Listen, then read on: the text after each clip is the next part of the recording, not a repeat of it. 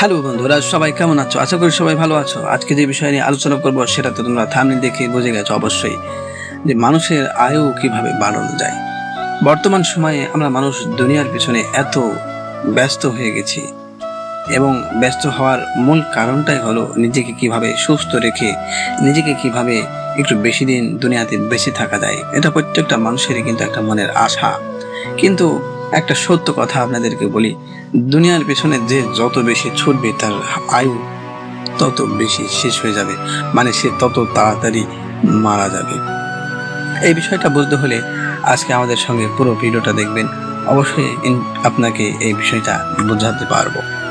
আপনি খেয়াল করে দেখেছেন কিনা, যে সমস্ত মানুষ দুনিয়াতে বেশি লোভ লালসা করে এবং খারাপ কাজে কোন আসক্তি অথবা কিংবা মদ্যপান আর নেশার মতো খারাপ রাস্তায় লিপ্ত থাকে, তারা কেন খুব অল্প বয়সেই পৃথিবী ছেড়ে দুনিয়া ছেড়ে চলে যায়? কেন তাদের আয়ু এত কম হয়? অন্যদিকে কেন কিছু মানুষ শত ঝড়ঝাপটার মধ্যেও রোগ থাকে না এবং তাদের শরীরের আয়ু 100 বছর অনায়াসে বেঁচে থাকে? কিভাবে দীর্ঘায়ু পাওয়ার আসল রহস্যটা কোথায় লুকিয়ে আছে, সেই বিষয়ে আধুনিক বিজ্ঞান এবং আমাদের প্রাচীন ভারতের ঋষিদের হাওয়ার জ্ঞান আজ এমন এক পরম সত্যর মুখোমুখি আপনাকে করব। এই হাওয়ার জ্ঞানের মাধ্যমে কিভাবে আমাদের আয়ু কমে যাচ্ছে এবং বাড়বে, সেটাই আপনাদের সঙ্গে তুলে ধরব। এই রহস্যের গভীরে যাওয়ার আগে চলুন একটা বনের ভিতরে আগে যাই। বনের ভিতরে একটি চিতাবাঘ খুব গতিতে ছুটে। সে প্রতি মিনিটে প্রায় 70 থেকে 80 বার শ্বাস নেয় এবং তার হৃদয় স্পন্দন প্রচন্ড দ্রুত। শরীর পুরো ইঞ্জিনটা সবসময় চরম উত্তেজনায় ফুটতে থাকে। আর এই তীব্র গতির কারণে একটা চিতাবাঘের আয়ু হয় কত জানেন? শুধুমাত্র 12 থেকে 15 বছর।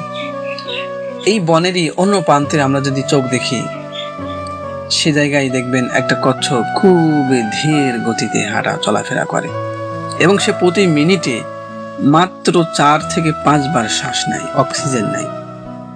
কোনো তাড়া নেই, কোনো উত্তেজনা নেই। আর এই ধীর গতির পুরস্কার হিসাবে পরমাত্মা ব্রহ্মাণ্ড তাকে 300 থেকে 400 বছর পর্যন্ত দীর্ঘায়ু দান করে। মহাবিশ্বের এই প্রাকৃতিক উদাহরণটি আমাদেরকে কি শেখায়? যে প্রাণী যত দ্রুত চলে তার আয়ু তত কম, আর যে যত ধীর ও শান্ত গতিতে চলে তার আয়ু তত বেশি।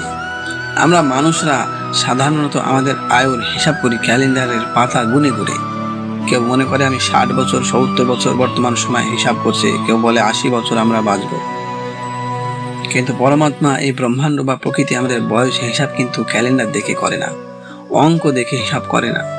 প্রকৃতির কাছে হিসাব হলো আসল আয়ুর যে ক্যালকুলেটর, সেটা হলো আমাদের নিঃশ্বাস, অক্সিজেন।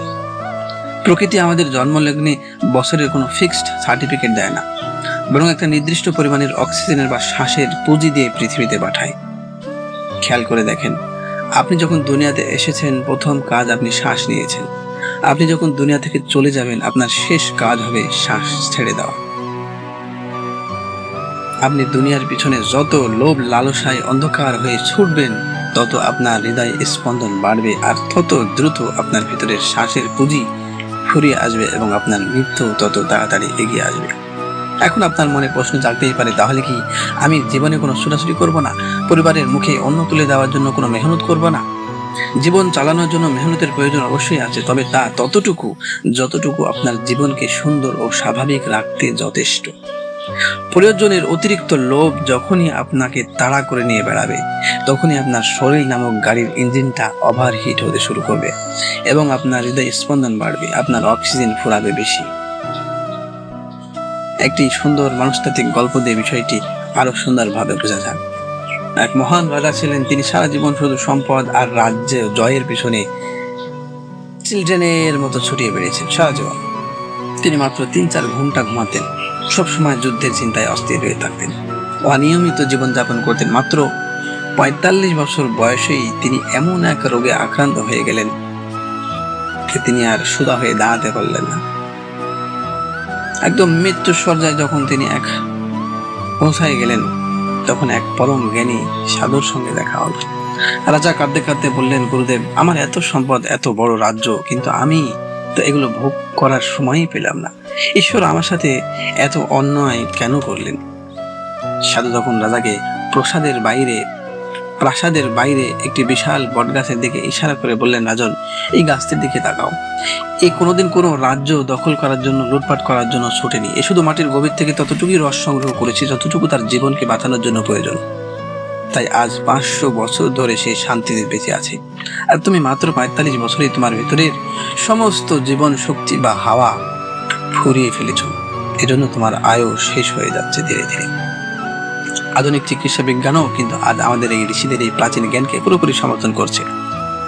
বিজ্ঞানীরা প্রমাণ করেছে যে যখন একজন মানুষ অতিরিক্ত মানসিক চাপ, স্ট্রেস, রাগ, পূর্ণ আসক্তি কিংবা অবৈধ লালসার পেছনে ছোটে, তখন তার শরীরে কর্টিসল এবং অ্যাড্রেনালিন নামক হরমোনের ক্ষরণ চরম মাত্রায় বেড়ে যায়। এর ফলে তার রক্তচাপ বৃদ্ধি পায়, হৃদযন্ত্রের উপর অতিরিক্ত চাপ পড়ে এবং শরীরের কোষগুলো দ্রুত বুড়িয়ে যেতে থাকে। বিজ্ঞানীকে বলে অক্সিডেটিভ স্ট্রেস। আপনি যত খারাপ কাজ বা নেশার দিকে যাবেন, আপনার শ্বাসের গতি তত অসমান্তরাল হবে। আর বিজ্ঞান এই প্রকৃতির নিয়ম অনুযায়ী আপনার আয়ু তত দ্রুত কমতে থাকবে। আমাদের জীবনটাকে একটা গাড়ির সাথে তুলনা করা যায়। মনে করুন পরমাত্মা আপনাকে 100 বছরের একটু দীর্ঘায়ু দিয়ে একটি সুন্দর গাড়ি দিয়েছেন। আপনার দেহটা একটা গাড়ি মনে করেন। আপনার গন্তব্য হলো কলকাতা থেকে দিল্লি যাওয়া। এই রাস্তাটা পার হতে স্বাভাবিক নিয়ম 100 বছরই লাগার কথা। কিন্তু আপনি যদি গাড়িটিকে অত্যন্ত খারাপ ভাঙাচোরা রাস্তায় ফুল স্পিডে চালান, গর্তের পর গর্ত আছড়ে মারেন, মদ্যপান করে বা নেশাগ্রস্ত হয়ে গাড়িটার উপর অতিরিক্ত প্রেসার দেন, তাহলে কি মাঝপথেই আপনার গাড়ি এক্সেল ভেঙে যাবে, ইঞ্জিন নষ্ট হয়ে যাবে, চাকা ফেটে যাবে। অর্থাৎ খারাপ কাজের মাধ্যমে অতিরিক্ত মানসিক চাপ নিয়ে আপনি আপনার শরীরটাকে অকালেই নষ্ট করে ফেললেন। যখন আপনার শরীরটা এভাবে ভেঙে পড়বে, পরমাত্মা কিন্তু আপনাকে মাঝরাস্তায় ফেলে রাখবেন না। যদি আপনার ভাগ্যে 100 বছর আয়ু লেখা থাকে, তবে ভাঙ্গা গাড়ি নিয়েই আপনাকে ঘরের এক কোণে পড়ে থাকতে হবে। আপনি প্রত্যাঘাতগ্রস্ত হয়ে বা মারাত্মক রোগে আক্রান্ত হয়ে বিছানায় পড়ে ছটফট করবেন, অথচ মৃত্যু আসবে না, কারণ আপনার শ্বাসের পুঁজি এখনো কিছু বাকি আছে। কিন্তু সেই বেঁচে থাকাটা হবে অত্যন্ত কষ্টের, অত্যন্ত যন্ত্রণাদায়ক। এর মধ্যে কিছু মানুষ আছে যারা শরীরটা ভাঙ্গার পরেও সচেতন হয় না। এই রোগাক্রান্ত শরীর নিয়েই আবার গাঁজা, মদ, পূর্ণ আসক্তির মতো খারাপ অভ্যাসে লিপ্ত হয়ে পড়ে। ফলে অবশিষ্ট যেটুকু হাওয়া বা অক্সিজেন শরীরে ছিল তাও অকালে শেষ হয়ে যায় এবং গন্তব্য পৌঁছানোর আগেই তাদের চরম মৃত্যু ঘটে যায়। আসলে জীবনটাকে যদি আপনি একটা সুন্দর নিয়ম বা লিমিটেশনের মধ্যে বেঁধে রাখতে পারেন, তবে আপনি প্রকৃত সুখের সন্ধান পাবেন। প্রাচীন ভারতের ঋষিরা একেই বলতেন যোগ এবং সংযম। সঠিক সময়ে পরিমিত আহার, সঠিক সময়ে গভীর ঘুম, মনকে সবসময় শান্ত রাখা এবং লোভ লালসা থেকে দূরে থেকে ভালো রাস্তায় চলা, এইটুকুই হলো দীর্ঘ আয়ুর আসল চাবিকাঠি। আপনি যখন শান্ত থাকবেন, আপনার ফুসফুস খুব স্বাভাবিক গতিতে কাজ করবে, কম হাওয়া খরচ হবে এবং পরমাত্মা আপনার জন্য যে 100 বছরের আয়ু রেখেছিলেন, আপনি পূর্ণ মর্যাদার সাথে সেই 100 বছরই লাভ করবেন। সবশেষে একটি ছোট্ট কিন্তু গভীর আধ্যাত্মিক সত্যের কথা বলি। এক শিষ্য তার গুরুকে জিজ্ঞাসা করেছিলেন, গুরুদেব, ভালো মানুষ আর খারাপ মানুষের জীবনে গতিপথ কেমন হয়? গুরু তখন শিষ্যকে নদীর পাড়ে নিয়ে গেলেন। নদীর এক পাশে জল ছিল শান্ত, স্বচ্ছ আর স্থির, যেখানে একটি নৌকা অনায়াসে ভেসে যাচ্ছিল কোনো ঝাঁকুনি ছাড়াই। আর অন্য পাশে জল ছিল ঘূর্ণিপাকে ভরা, নোংরা আবর্জনাপূর্ণ, যেখানে একটি নৌকা পড়ে অনবরত পাথরের সাথে ধাক্কা খাচ্ছিল। গুরু বললেন, যে মানুষ ভালো রাস্তায় চলে তার জীবন ওই শান্ত জলের নৌকার মতো, কোনো ঝড় ঝাপটা ছাড়াই সে তার গন্তব্যে পৌঁছে যায়। আর যে মানুষ খারাপ রাস্তায় চলে, নেশা আর লালসা ঘূর্ণিপাকে জড়ায়, তার শরীর আর মন ওই নোংরা জলের নৌকার মতো প্রতিনিয়ত ধাক্কা খেতে খেতে অকালেই ভেঙে চুরমার হয়ে যায়। তাই সিদ্ধান্ত আপনার, এখন সম্পূর্ণ এই সিদ্ধান্ত আপনার হাতে। আপনি কি চিতাবাঘের মতো তীব্র গতিতে ছুটবেন, অনিয়মের পুঁজিতে নিজের জীবনকে অল্পতেই শেষ করে দেবেন, নাকি কচ্ছপের মতো শান্ত হয়ে মেডিটেশন করে, ধ্যান করে, নিজেকে শান্ত করে, সংযমী করে আর প্রকৃতির নিয়মে চলে পরমাত্মার দেওয়া প্রতিটি শ্বাসের পূর্ণ ব্যবহার করে এক দীর্ঘ, সুস্থ ও আনন্দময় জীবন লাভ করবেন?